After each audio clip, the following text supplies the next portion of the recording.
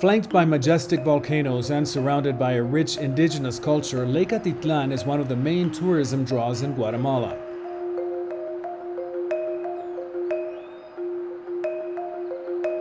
More importantly, it provides water to nearly 500,000 people who live around its basin and is considered one of the largest sources of fresh water in Mesoamerica. Decades of mismanagement and a rapid rise in the population have put the lake in danger. Its waters contaminated, choked of their oxygen because of microbacteria that feed off of the pesticides, sewage, and garbage that flow into some parts of the lake.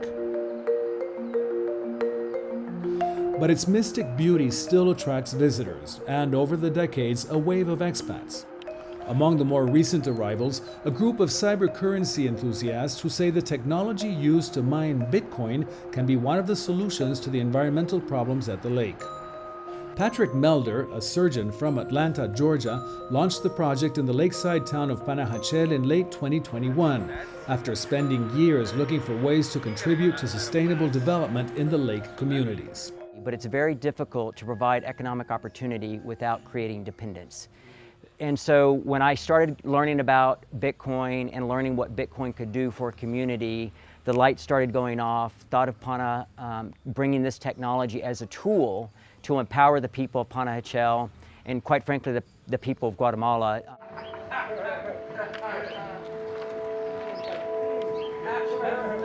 Bitcoin Lake is introducing cybercurrency as a method of trade in the towns most frequented by tourists. Its first step involves educating the local population about the benefits of using digital coins.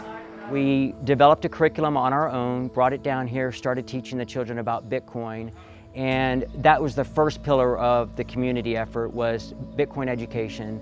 The second was creating businesses that accept Bitcoin.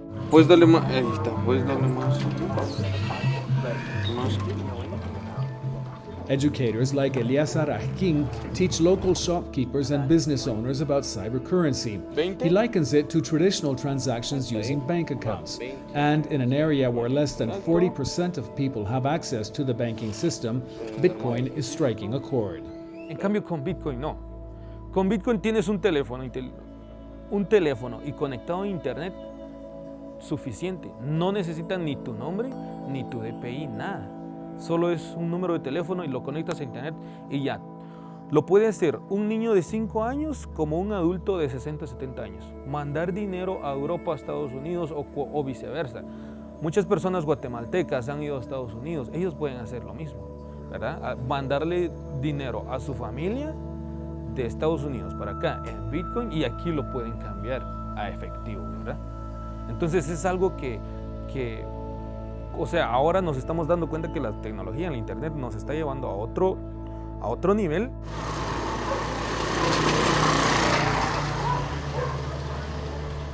There are currently over 70 small businesses in Panajachel that accept Bitcoin, restaurants, coffee shops, small businesses that are realizing they now have more options when it comes to growing and making money. Among the new wave of Bitcoin-powered entrepreneurs is shopkeeper Nidia Torres. Que sí, ¿verdad?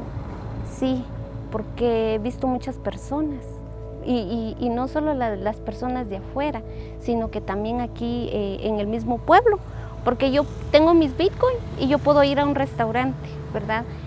Yo tengo mis Bitcoin y yo lo puedo gastar en la ciudad capital o en otros lugares de aquí mismo, ¿verdad? O sea que sí estamos, no sé si decir progresando o no sé si, no, creo que la palabra correcta es nos estamos haciendo modernos.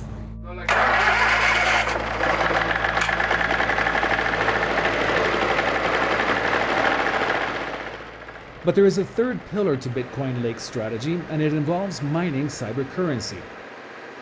Mining is the term used to describe the creation of cybercurrency coins by validating transactions over a vast computer network.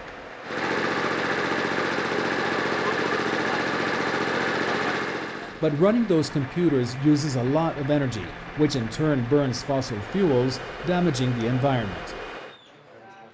A little bit. So basically this is the So Patrick and his team started looking for sustainable ways to generate the energy the mining computers needed, and came up with Kaboom, a simple technology that uses a simple converter to turn used cooking oil into energy. The oil is heated up to power the converter that creates electricity.